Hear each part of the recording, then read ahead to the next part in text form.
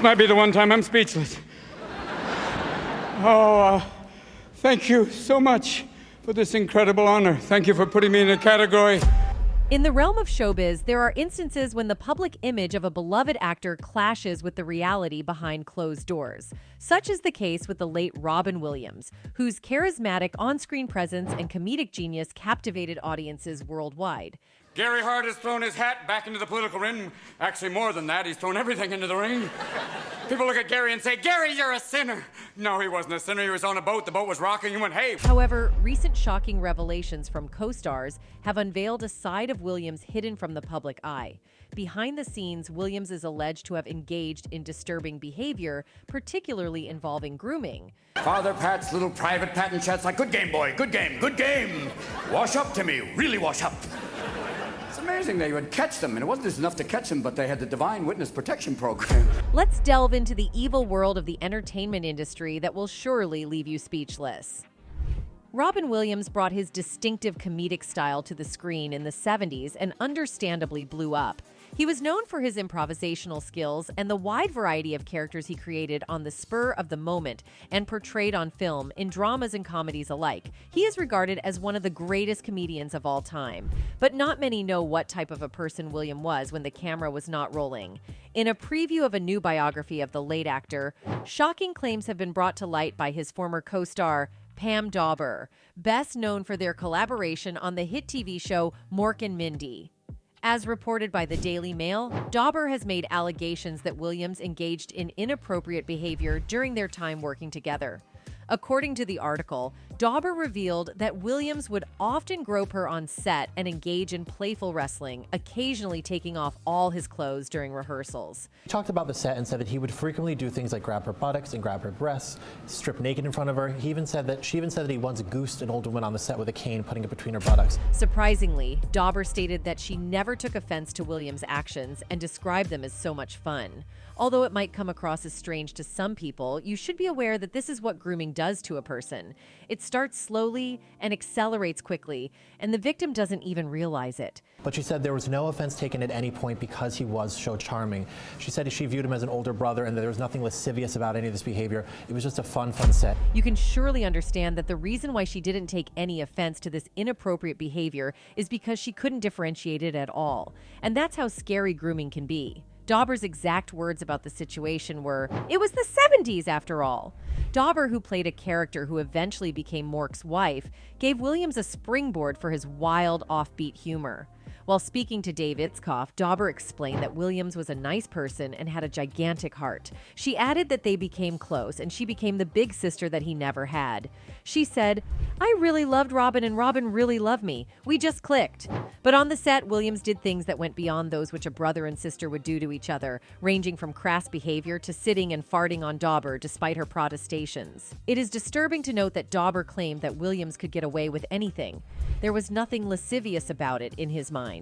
It was just Robin being Robin, and he thought it would be funny. He could get away with M. Other times, Williams would grab Dawber's bottom or her chest simply because he was bored. He'd be doing a paragraph, and in the middle of it, he would just turn and grab her A, or grab a B, and we'd start again. I'd say, "Robin, there's nothing in the script that says you grab Pam's A." And he'd say, "Oh, okay." Gary Marshall, the producer of the hit show Mork and Mindy, has made a shocking admission about Williams' on-set behavior. Marshall candidly acknowledged that the actor would frequently strip down completely, leaving nothing to the imagination, as a means to make his co-star, Pam, blush. He said he would take all his clothes off, he would be standing there totally naked, and she was trying to act. His aim in life was to make Pam Dawber blush. Dawber also admitted that Williams even did things to her that were better left unsaid.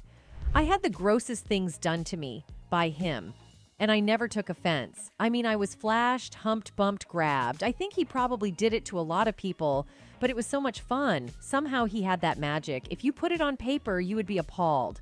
But somehow he had this guileless little thing that he would do, those sparkly eyes. He'd look at you really playful, like a puppy all of a sudden.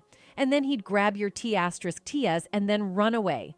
And somehow he could get away with it. It was the 70s after all. Fans, however, believe that since Robin is not there to speak for himself, this topic should not be publicized. Pam Dawber says Robin Williams groped her on the set of Mork and Mindy. Pam Dawber Great for you to state it was the 70s. Back then it was accepted. Maybe not correct, but it was the way of life back then. Rude to those that belittled the dead. For those who don't know, Mork and Amp, Mindy changed Williams' life incalculably, and by the time it finished in 1982, he had gone from never having had a gig that lasted more than 3 weeks to a national star. But his success came with a cost, as his marriage to his first wife, Valerie Velarde, whom he married in 1978. The marriage became strained due to his constant work and coke-fueled partying with the comedy crowd. However, it is important to note that his first wife actually enabled him in his inhumane antics. According to Itzkoff, Valerie had no illusions about her husband's drinking, drug use, and infidelity, but had to allow him these indulgences in the hope that his waywardness was providing him with something that he needed as an artist and performer. Now that's not all. Robin's sense of humor was also quite dark. You see, he made fun of kids who were treated inappropriately in churches as well. It is unsettling to note that he insinuated that children only wanted the apparent church workers to handle them. Father Pat's little private patent chat's like, good game, boy, good game, good game. Wash up to me, really wash up. It's amazing they would catch them, and it wasn't just enough to catch them, but they had the divine witness protection. To drive his point further, he claimed that a number of peas hide behind the walls of the place of worship. Find the priest, here's the priest, find the priest, find the move them around. Here we go, we're going to say to make a. Don't you ask, let me come in cool. Here we go. Don't you ask, don't you tell. Robin's erratic behavior was also a result of his substance addiction. You see, Robin's longtime friends have claimed that his heavy powder use transformed him into a monster. Before his acting career blew up, Williams was a stand-up comedian who struggled with a severe addiction to substances. It was so serious that Williams' pal Alan Stephan revealed in Vice's The Dark Side of Comedy documentary series that the Mrs. Doubtfire actor couldn't go on stage and perform without it. Revealing one conversation he had with the late actor at the time, Stephan remembered, he said, "Know anyone with any blow? I have to go on and I can't go on without any blow." And I sat down and said, "I'm going to help you." He goes, "You have blow?" I go, "No, are you out of your F mind? You're Robin Williams." And then I think after that, he wouldn't get high when he had to perform. On top of that, in a vivid recollection, Mike Binder, another longtime friend of the late Williams, shared a striking memory of an outing they had in Hollywood during the 1980s. Binder remembered Williams' reaction to encountering a gram of powder, providing a glimpse into a lesser-known aspect of the actor's life. He said, "Robin said, 'Let me take that. Do you mind if I grab a hit off that in the bathroom?'"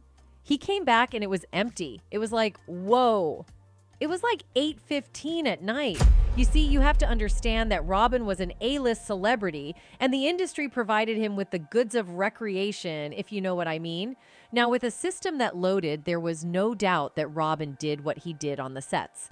William himself admitted that he was unaware of this he committed while being under the influence. In an interview with Jonathan Ross, he said, They gave me 2 black beauties, which is like, for those of you who don't know what those are, they're 2 speed pills. And I took them and I went, oh, sure, because in those days, yeah, whatever, fine, let's do it.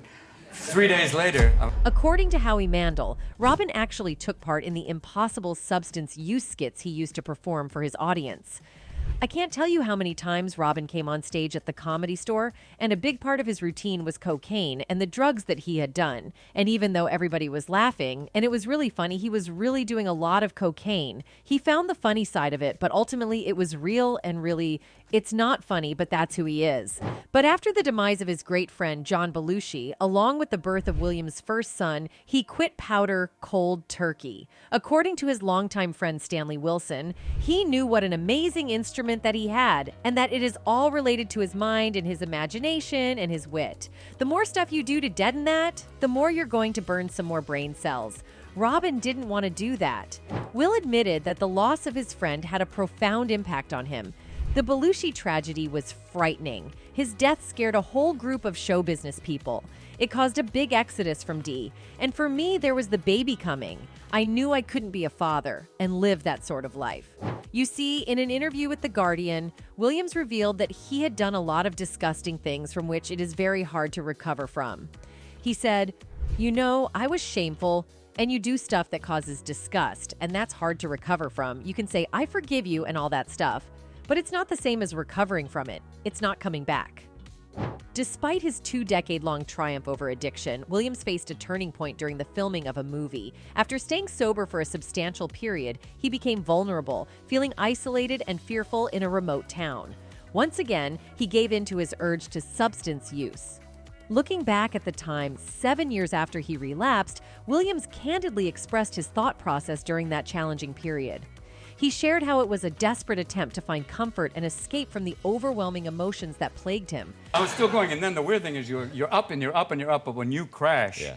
even the devil's going, dude, this is not going to go well. Williams admitted that his reasoning behind considering alcohol as a coping mechanism stemmed from the intense workload he had subjected himself to over the years. In his own words, he thought maybe drinking would help. However, what seemed like a possible solution quickly turned into a nightmare.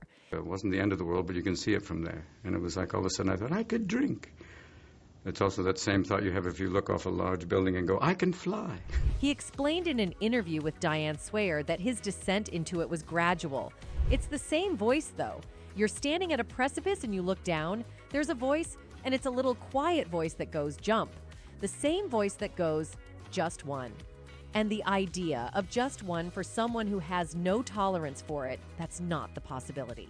Williams got more specific with Parade magazine in 2013, recounting the moment that he fell off the wagon. One day I walked into a store and saw a little bottle of Jack Daniels, and then that voice, I call it the lower power, goes, hey, just a taste, just one.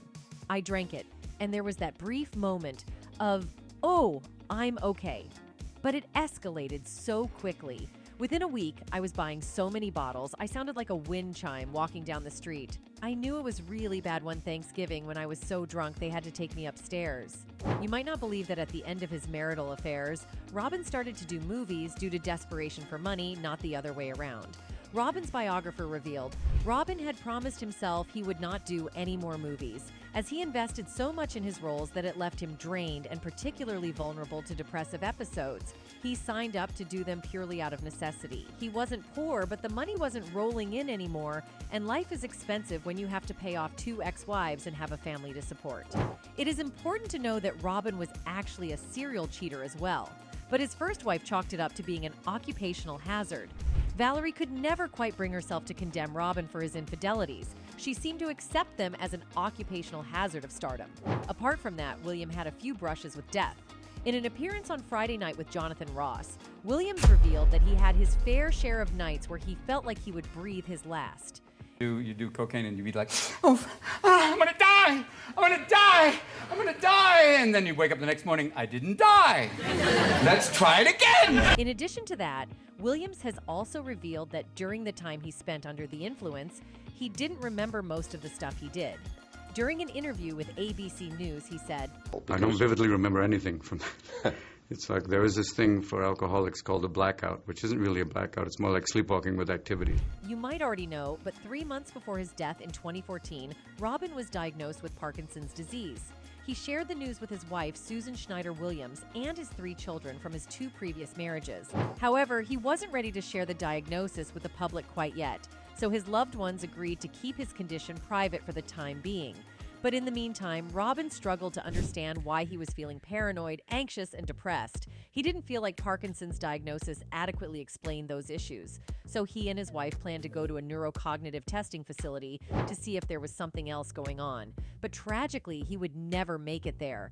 Robin was found dead by his personal assistant. His wife had left the house thinking that her husband was asleep, but his assistant decided to pick the lock on the door. Inside, Williams had clearly died by choice. Police also discovered superficial cuts on his left wrist. Dr. Robin Williams is dead at the age of 63 from an apparent suicide. After her husband's death and diagnosis, Schneider told Gr00ming America, it was like this endless parade of symptoms, and not all of them would raise their head at once. It was like playing whack-a-mole. Which symptom is it this month? I thought, is my husband a hypochondriac? We're chasing it and there's no answers, and by now we've tried everything. Although it is impossible to get to the bottom of the allegations against Robin, we must acknowledge that these claims hold some value, because it is an open secret that there is a huge number of animals that groom youngsters to fulfill their own evil desires. That's it for today. See you at the next one. Goodbye.